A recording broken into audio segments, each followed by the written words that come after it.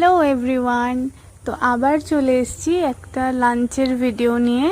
এটা ছিল গত বৃহস্পতিবারের ভিডিও, যেটাতে প্রথমে মেনুতে ছিল কচুর শাক, যেটা ডালের বড়া দিয়ে করা হয়েছিল। আর ডালের বড়া এখানে অবশ্যই খুঁজে পাওয়া যাচ্ছে না, কারণ ডালের বড়া সব একসাথে মিক্স হয়ে গেছিলো আর সব কিছু মিলেমিশে একাকার হয়ে ভীষণ ভালো টেস্ট করছিল। ওটা ছিল কচুর শাক, আর তারপরে ছিল ঝিঙে আলু দিয়ে পোস্ত।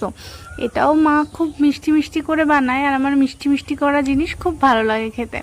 তারপরে ছিল বেগুনের ঝাল। বেগুনের ঝালটাও মা বানিয়েছিল। এটা তো খেতে অসম্ভব সুন্দর ছিল, আমি তো অনেকটা ভাত এটা দিয়েই খেয়ে ফেলেছিলাম। তারপরে ছিল মাছের কালিয়া, কাতলা মাছের কালিয়া, যেটা আমি বানিয়েছিলাম।